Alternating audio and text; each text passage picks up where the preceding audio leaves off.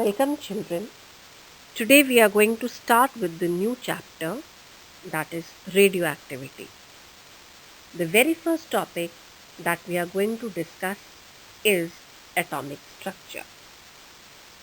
The discovery of electrons by Sir J.J. Thomson and the scattering experiment of alpha particles by the Rutherford and others towards the end of the 19th century led to the following structure of an atom and its nucleus.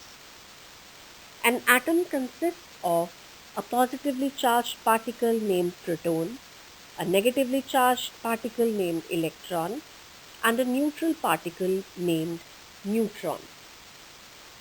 The electrons, they revolve around the nucleus in fixed shells or stationary orbits. The number of shells in an atom depends upon the total number of electrons in it. The maximum number of electrons in a shell can be 2n square, where n is the number of that shell. The electrons in different shells have different energy, which increases with the increase in the number of shells. The size of an atom is determined by the radius of the shell of its outermost electron. The protons and neutrons reside in the nucleus, and together they are termed as neutrons.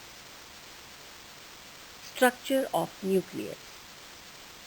The nucleus is at the center of the atom, whose size is of the order of 10 raised to power minus 15 meter to 10 raised to power minus 14 meter.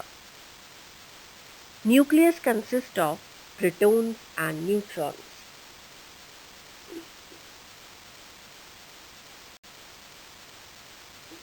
An atom is electrically neutral. Therefore, the number of protons in the nucleus of an atom are equal to the number of electrons revolving around the nucleus of an atom. The actual size of an atom is very small and it is invisible. The mass of an electron is negligible as compared to that of a proton. Hence, total mass of an atom can be considered to be same as that of the mass of its nucleus. If an atom undergoes a chemical change, there is a change in the number of orbital electrons of an atom. Whereas, if the atom undergoes a nuclear change, there is a change in the number of nucleons inside the nucleus of an atom.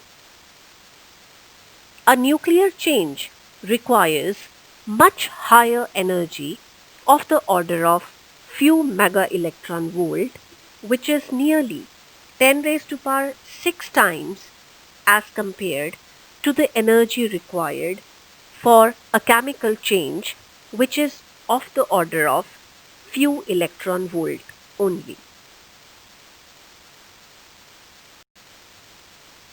The total number of protons in the nucleus determines the place of the atom in the periodic table and is called the atomic number of the element of that atom.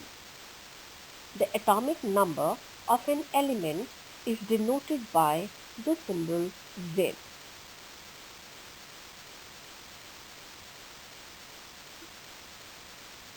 Atomic mass. The mass number of an atom is equal to the total number of nucleons, that is, the sum of protons and neutrons.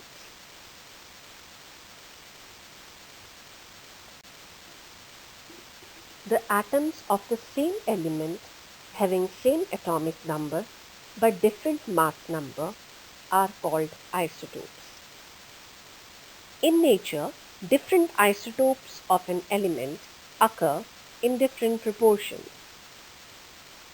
The isotopes are of two kinds: stable isotopes which have the number of neutrons nearly equal to the number of protons in their nucleus.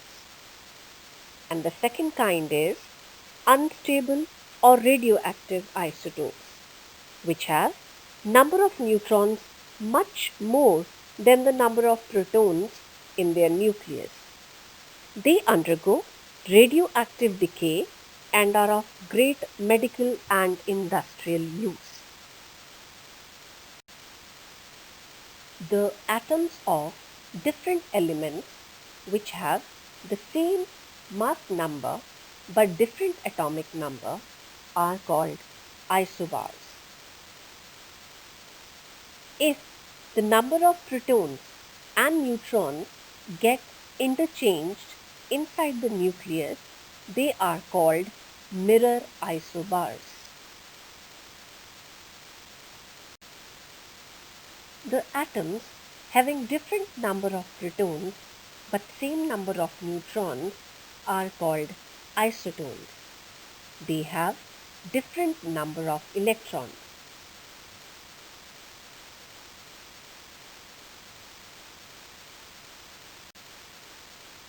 Now, let us differentiate between isotopes and isobars.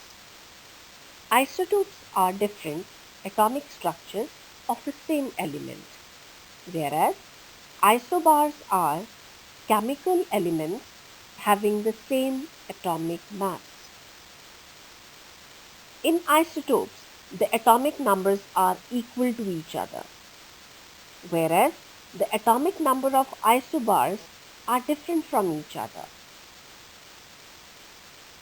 Atomic masses of isotopes are different from each other, whereas the atomic masses of isobars are equal to each other. Isotopes have same chemical elements in different forms, whereas in isobars they are different chemical elements.